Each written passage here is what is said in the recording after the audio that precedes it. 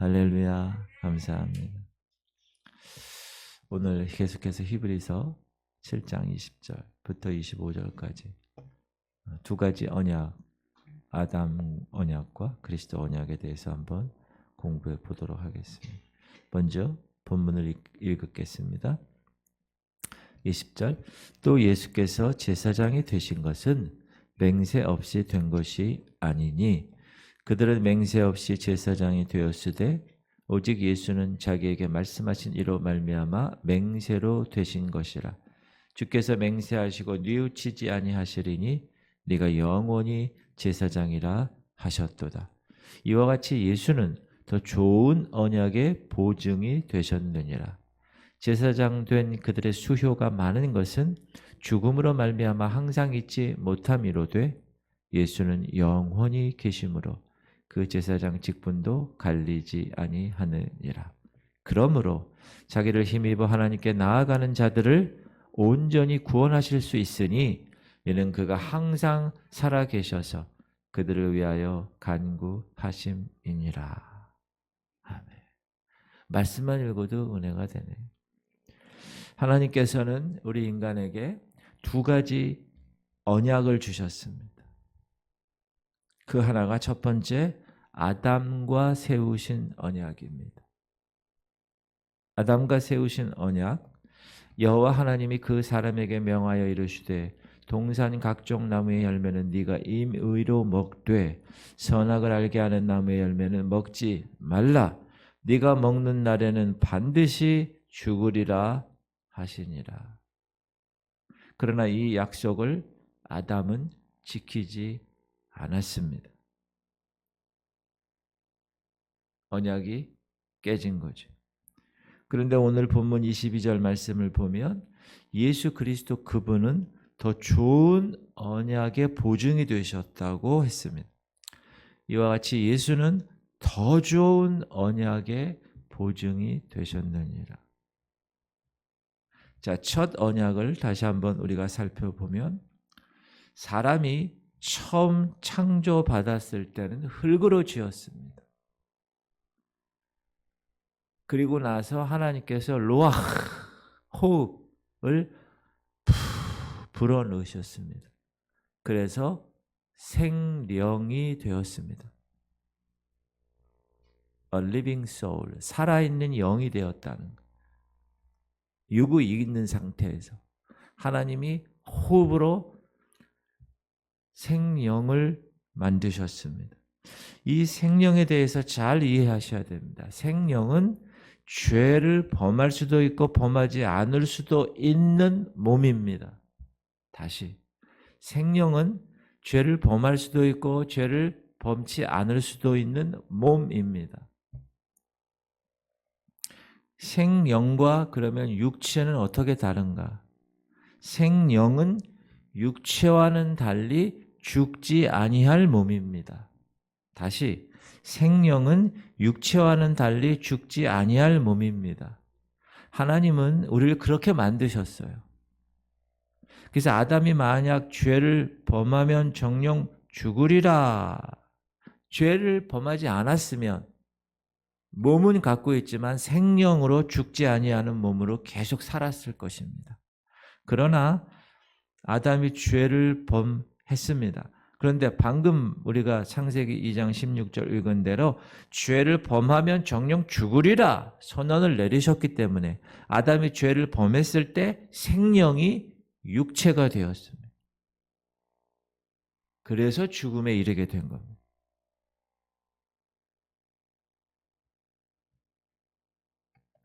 지금 우리는 아담의 자손으로 육체로 태어납니다.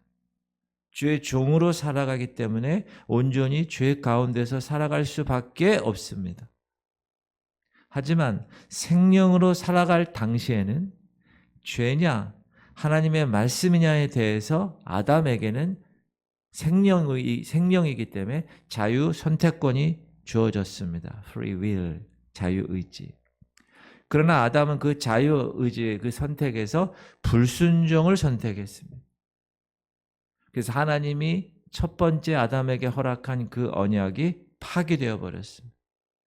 그 결과 아담은 생명에서 육체로 되었고 육체의 결과 죄의 종으로 타락하게 되었어요.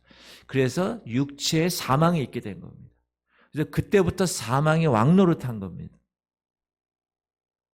성령이 육체가 되어 죽음에 이르게 된 겁니다.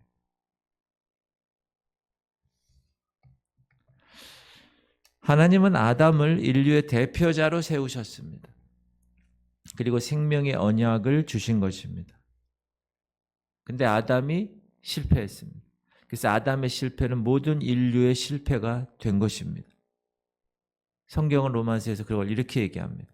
그러므로 한 사람 아담으로 말미암아 죄가 세상에 들어오고 죄로 말미암아 사망에 들어왔나니 이와 같이 모든 사람이 죄를 지었으므로 사망의 모든 사람에게 이르렀느니라. 처음에 흙으로 만드시고 루아흐 호흡 생기를 부어 넣으셔서 생명이 되었을 때는 죽을 존재가 아니었어요. 그러나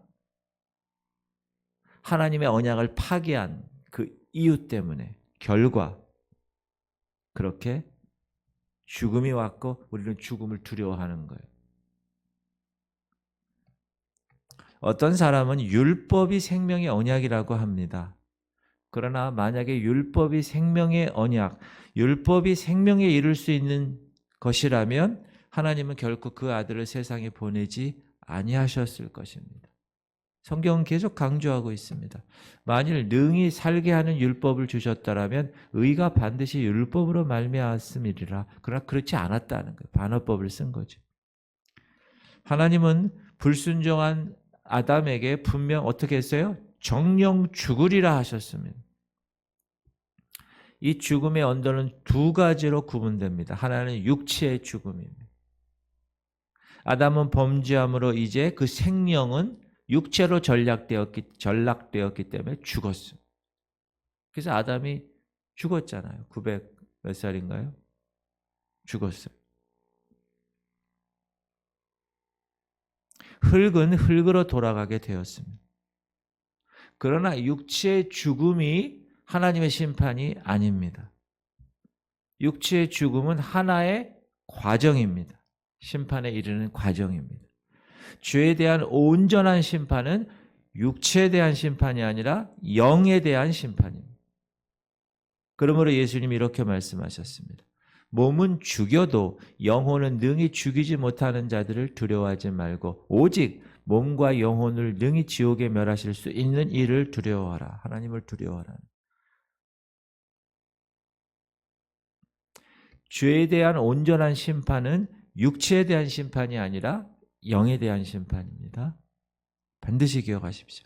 히브리서는 이렇게 얘기합니다. 한 번 죽는 것은 사람에게 정하신 것이요 그 후에는 심판이 있으리니. 그러므로 죄에 대한 하나님의 심판은 인간의 육신의 죽음에 있는 것이 아니라 죽은 후에 영혼의 심판이 있다는 사실을 성경은 분명히 이야기하고 있습니다. 지금까지 살펴본 것이 첫 번째 하나님이 첫사람 아담과 세우신 언약입니다. 더 좋은 언약이 오늘 22절에 나왔다고 성경은 이야기합니다. 예수 그분이 더 좋은 언약의 보증이 되셨다는. 그럼 더 좋은 언약이란 무엇인가? 이 언약은 하나님께서 첫 번째 아담으로부터 세우신 언약이 아니라 이제는 그리스도로 세우신 새로운 언약입니다. New Covenant. 하나님께서 아담에게 언약을 세우셨습니다. 동일하게 그리스도와도 언약을 세우셨습니다. 그런데 이 언약을 옛 아담이 처음에 약속한 언약보다 더 좋은 언약이라고, 새 언약이라고 말씀하십니다. 아담 안에서 죄인이 된 모든 인류는 하나님의 율법 아래서 언제나 어떻게 살아갑니까? 정죄 가운데서 살아가야 했습니다. 왜? 사람은 율법을 지킬 수 없는 존재이기 때문에. 그러므로 아담의 죄값을 담당해야 합니다. 우리가 죄인이라는 사실은 우리가 하나님의 온전한 법인 율법을 지킬 수 없다라는 사실에서 증명되고 명백해집니다. 그런 의미로 하나님은 인간에게 율법을 주신 것입니다. 엑스레이를 찍는 거예요. 아, 내 상태가 지금 이렇구나. 7번 뼈가 금이 갔구나. 엑스레이를 보고 판단하는 것처럼 율법을 통해서 내 죄가 무엇인지, 그전에는 살인하는 것, 간음하는 것, 도둑질하는 것 죄가 아니었는데 그 율법으로 인하여 죄라는 걸 깨닫게 된 겁니다. 그러나 엑스레이가 그 부러진 7번 갈비뼈를 치유할 수 없습니다. 마찬가지로 율법이 구원에 이르게 할 수 없다는 거예요. 그러나 하나님께서는 그 아들을 통하여 이 율법을 이기게 하셨고 첫 언약을 파괴할 수 있고 더 좋은 언약을 세우셨습니다. 우리는 이 언약을 은혜 언약이라고도 합니다. 새로운 언약.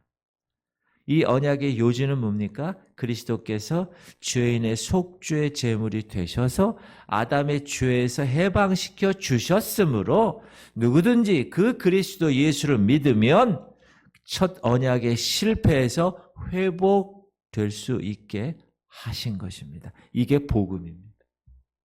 여러분 복음을 정확하게 아시고 여러분이 그 복음 위에서 살아가시고 그렇지 못한 사람들에게 전하실 수 있어야 합니다. 하나님은 첫 언약을 아담과 세우셨는데 말씀으로만 세우셨습니다. 그러나 둘째 언약은 그 아들의 피로 세우셨습니다. 이 언약은 그리스도에게 주셨지만 그리스도를 믿는 자에게 그 아들과 함께 하나님의 후사, 상속자가 된다고 하는 약속이 따르기 때문에 예수 그리스도를 떠나서는 그 언약에 들어갈 수가 없는 것입니다. 그래서 예수 그리스도가 이 기독교에서는 정말 중요한 존재입니다. 그러면 그리스도가 어떻게 우리 생명의 보증이 되시는가에 대해서 21절에서 이 언약은 하나님의 맹세로 세워졌다고 말합니다. 그들은 맹세 없이 제사장이 되었을 때 오직 예수는 자기에게 말씀하신 이로 하나님으로 말미암아 맹세로 되신, 하나님이 하나님 스스로 맹세하셨다고 그랬잖아요. 하나님보다 더 높은 존재가 없어서 스스로 자기 자신을 통하여서 주께서 맹세하시고 뉘우치지 아니하시리니 네가 영원히 제사장이라 하였도다. 하나님의 맹세로 세우신 겁니다. 그분은 변치 않으시는 분입니다. 그러므로 그 맹세는 변치 않으십니다. 그리고 23절, 24절에서는 그는 영원히 살아계시는 분이기 때문에 그의 제사 직분도 갈리지 않는다는 거예요. 사람은 살다가 90살 되면 죽으면 그 아들이 제사장 직분을 감당했죠. 아론의 아들이 감당한 것처럼 계속 그 지파에서 자꾸 갈리는 거예요. 제사장이. 왜? 인간은 죽어야 되니까. 사망 권세 아래에 있어야 되니까. 제사장 된 그들의 수요가 많은 것은 죽음으로 말미암아 항상 있지 못함이로되 예수는 영원히 계심으로 그 제사장 직분도 갈리지 아니하느니라. 그는 한 번에 단번에 영원토록 유효한 제물로 이 땅에 오셔서 죽으신 것입니다. once, 한 번에, for all, 계속해서 영원토록 영단번의 제사를 그분 스스로 드리셨기 때문에 다른 제물이 필요치 않습니다. 25절에서는 그가 항상 살아서 간구하신다고, 그러므로 자기를 힘입어 하나님께 나아가는 자들, 누구를? 저와 여러분들을 온전히 구원하실 수 있으니 그 이유가 그는 항상 살아계셔서 우리를 위하여 간구하시기 때문에 그런 것입니다. 할렐루야. 얼마나 귀한 일이에요. 그래서 그리스도의 피를 힘입은 자들은 그리스도를 힘입어 하나님께 나아갈 수 있습니다. 성소에 들어갈 담력을 얻은 거예요. 25절에서 자기를 힘입어 하나님께 나아가는 자들을 온전히 구원하실 수 있기 때문에 우리는 그런 분을 모시고 사는 분이에요. 그러므로 그리스도 안에 있는 사람들은 아담이 실패한 첫 언약과는 상관없이 두 번째 더 좋은 언약인 예수 그리스도를 통하여 더 좋은 언약의 보증을 받는 것입니다. 이 언약은 하나님께서 그리스도에게 맹세로 세운 언약입니다. 그리고 그 아들을 이 언약의 보증으로 삼으시기 위해서 십자가에서 속죄의 피를 흘리게 하신 것입니다. 그러므로 사랑하는 성도님들, 우리는 이 언약에 축복받은 하나님의 백성들임을 알고 언제나 감사하실 수 있기 바랍니다. 모든 것이 은혜라고 고백하실 수 있길 바랍니다. 여러분 얼굴에 그런 모습이 보입니다. 할렐루야. 이 새벽 누가 여기 이렇게 나와서 이렇게 하겠어요? 근데 나와서 이 귀한 영적 원리를 우리가 공부하니까 얼마나 귀한 일이에요. 이제 말씀 받았으니 기도해야 돼. 제가 기도를 뭐라고 그랬어요? 영적인 힘이라고 그랬어요. 우크라이나에 지금 F-15도 준대, F-15도 준대잖아요. 제가 공군 나왔잖아요. 제 때는 F-15가 없었어요. 83년도 입대했으니까.